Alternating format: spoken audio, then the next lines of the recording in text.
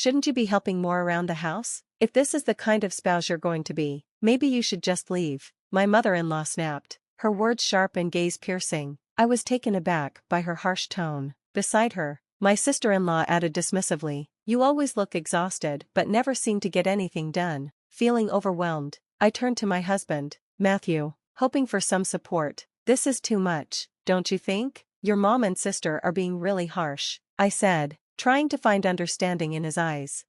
His response only deepened my distress. I agree with them, he said bluntly. I'm swamped with work, and it's becoming a problem that you're not helping more at home. Things are going well with the new part-time worker, and frankly, you're just slowing us down. Maybe you should find somewhere else to stay. Stunned by Matthew's words, I looked around at the three of them, feeling the weight of their judgment press down on me. Anger rushed through me, but I took a deep breath, calmed myself, and replied, I need some time to think. My name is Lori, and I'm 35 years old. I've always balanced both my job and household duties. It's common for women to work after marriage, and I love my job. I've worked hard to excel in the company I joined right after college, but lately, everything feels like it's falling apart. One morning, as I was getting ready for work, Matthew came to me looking concerned. Lori, can you take care of this? He asked, handing me a file stuffed with receipts and bills. You should get the cafe's finances in order. I smiled, trying to keep the mood light. Sorry, I'm not good with that stuff, I replied. I met Matthew while he worked part-time at a cafe I often visited. After a few conversations, we started dating, eventually talking about marriage. Now, he owns the cafe, but despite his business skills, he struggles with the paperwork and often asks me to handle it. As I sighed, my mother-in-law added, Lori, I'm craving Chinese food tonight. Could you rinse the rice well? Also, Denise and the kids are coming this weekend, so we need to plan their meals. Sure, I understand. I nodded quickly, agreeing to her request before hurrying out the door, eager to escape the pressure mounting at home. I had hoped that moving in with Matthew would bring a new chapter in our lives together, but things had only gotten more complicated. Matthew soon suggested, my mom seems lonely living by herself. Why don't we move in together into our big house? So, here I am, living with his mother. To put it gently, she's not exactly skilled in maintaining a household. After my father-in-law passed, my mother-in-law started living off his pension, spending most of it on dining out or ordering takeout, leaving the domestic duties to me.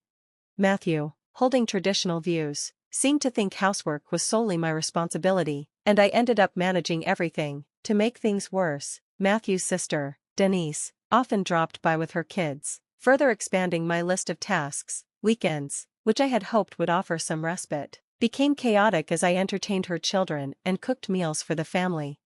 Then one day, Denise dropped a bombshell, Lori, I'm getting divorced, and I'll be moving back here with the kids next month. I was stunned, momentarily speechless. Really? Do you have something to say? She prodded. I managed to reply, it must have been tough. When are you moving? I want to move as soon as possible, she answered. Though surprised by the news of Denise and her kids moving in, I harbored hope that maybe her presence would make the household chores more manageable. We had a decent relationship, and I thought her moving in might bring us closer, maybe even encourage her to pitch in. Reality quickly set in differently. Denise, it seemed, was as averse to housework as her mother. She spent her days lounging on the sofa, often with a snack in hand, engrossed in TV. I couldn't help but wonder if her resistance to domestic duties had contributed to her marriage falling apart. Now, with the added task of preparing extra meals for her kids and packing lunches for kindergarten, my workload grew even heavier. My hopes for help from Denise were quickly dashed, and I found myself with even less free time. At my job, the workload ramped up significantly. I started early, often worked overtime, and returned home drained, only to be greeted by a cluttered, barely walkable living space. The mess intensified my exhaustion. To make matters worse, my mother-in-law and sister-in-law never missed a chance to question me. Is dinner ready yet? Or why are you home so late? Became their daily refrain, and I couldn't help but feel the weight of their judgment on my shoulders.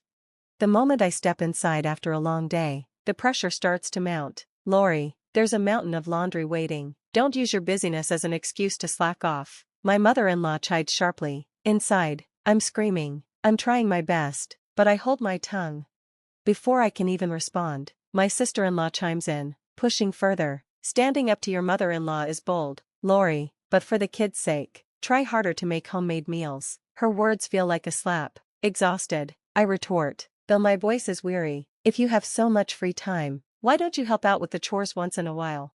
I've even overheard Matthew's sister joking. Haha, since Matthew owns a store, Lori doesn't need to work, right? Maybe she should try harder at home. Their words stack up, suffocating me under the weight of expectations, as if I should do even more.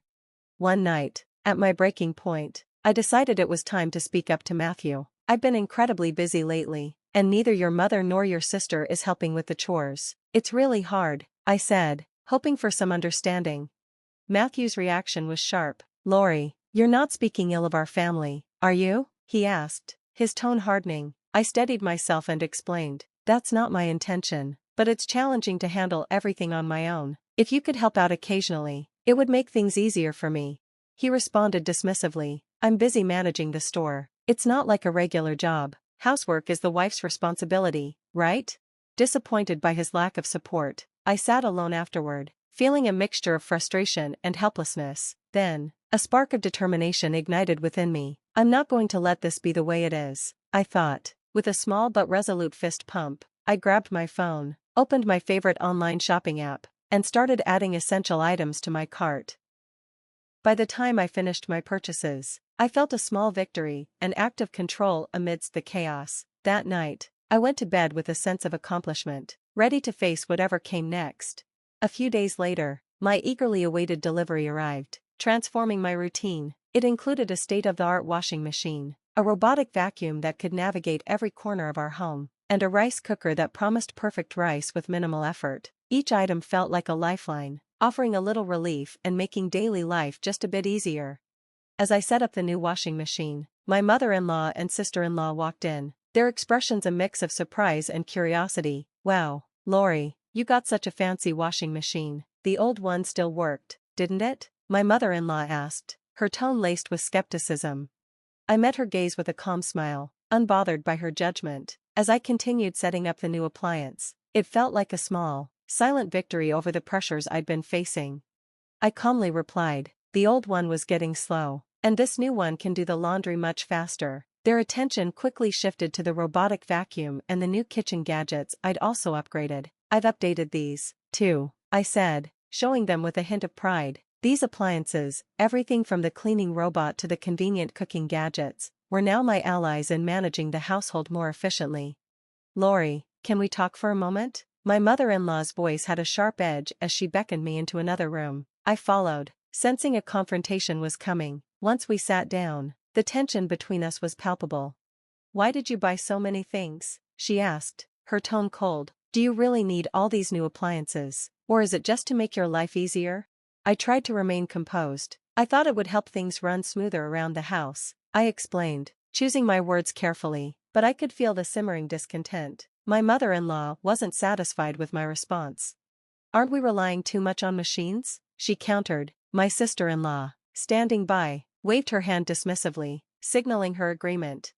Despite their resistance, I held my ground. The appliances we had were outdated, Matthew's busy with his store, and I thought being more efficient at home would help everyone. Matthew nodded, his expression neutral. Maybe we should be more frugal, he suggested. His voice carried a tone of subtle reproach, and my frustration bubbled up. Maybe you're right, I conceded quietly, but inside, I was fuming. The conversation had quickly escalated. Are you even considering our household needs? My mother-in-law's voice grew sharper. I stammered, caught off guard. I am, but I'm just really exhausted, I admitted, feeling cornered. That's enough, my mother-in-law snapped, her voice filled with disbelief. I can't believe you're our daughter-in-law. My sister-in-law added, her expression dripping with disdain. I'll watch over Matthew. We don't need someone like you here. I looked to Matthew, hoping for some support, but instead, I received a cold, dismissive response. I understand what Mom and Sis are saying, he said, his words trailing off into uncomfortable silence. A chill lingered in the air as they left the room, and I sat there, the weight of their judgment pressing down on me. Despite their harsh words, my resolve only grew stronger. The appliances I had bought were necessary, not just for managing the household, but for my sanity. When I looked at Matthew, my heart sank. He gave me a cold smile and said, I have my store, so I decide how to spend my money, but being with someone who spends without thinking might be too hard for me. His words stung, but I kept my composure, silently counting to 12 before responding. He continued, a cruel edge in his voice. Also, I've noticed things have been going well with the new part-time girl at the store. She's more attractive than you are now. Maybe it's time for you to find a new place to live. A wave of anger surged within me, but I held it back. I took a deep breath, then calmly said, all right, I'll look for a new home. Finally, you understand, he replied smugly. I'll feel much better without you around. That night, Matthew signed the divorce papers, and I left, carrying nothing but the essentials and the divorce papers in hand. No one tried to stop me, leaving me to wonder if they had ever really cared about me at all. After finalizing the divorce at the city office, I found a stylish apartment and started fresh. Around the same time, an unexpected opportunity came my way, a promotion to section manager, a role I had previously put off due to my family situation. I embraced this new role with vigor, dedicating myself to my work and feeling a renewed sense of purpose. One busy day, my phone rang. The caller ID showed it was my former mother-in-law. Thinking we had nothing to do with each other anymore, I dismissed the call without checking the message. My new life had begun, and I wasn't looking back. A year passed, and one relaxing weekend, as I enjoyed my favorite music, my phone rang again. To my surprise, it was my former mother-in-law. I couldn't help but wonder what she wanted after all this time. I answered the phone. Hello, is something wrong? Lori, I finally got through. I didn't think you'd answer after so many calls, my former mother-in-law said, her voice wavering with uncertainty. Well, it's been a while. What's going on? I asked, keeping my tone neutral but cautious. She hesitated, clearly unsure of how to proceed, before asking, how's your new life? I gave a cheerful reply, masking any traces of tension. It's great, I love my new apartment, and work is going smoothly. I even got a promotion, and I'm really enjoying the freedom. That's good, she said. Lori, can you come back home? I was taken aback. Why? We're struggling financially, she admitted, prompting me to think to myself that I had suspected as much. I responded cautiously. Matthew's cafe only makes about $2,000 a month, right? If no one else in the family works, things could be tough. You know about that? She asked, surprised. Yes, I replied. I handled all the accounting. Matthew pretended his business was thriving, but he was completely oblivious to the real financial situation. She seemed stunned. You knew all this and didn't tell us? We had no idea you were doing so well in such a big company or that you were contributing so much to the household expenses. I couldn't help but feel a sense of vindication. Yes, I contributed more than $5,000 a month. That's how you all managed after I left. The truth was that I had been covering the gaps in Matthew's business losses, which he had never acknowledged. And now, it seemed, reality had hit them hard. Lori, please come back, my former mother-in-law pleaded again. I sighed and asked, how's the cafe doing now? She sighed heavily. We might have to close soon. The part-time workers keep quitting. I smirked inwardly. It's hard to keep it going with his management style, isn't it? His little bit of pride doesn't help. Not doing proper work, I mean. How many women out there would support a guy like that? There was a long pause before she weakly responded. I never realized housework could be this hard. With 3 adults in the house, how can it be this chaotic? What are Matthew and your daughter doing?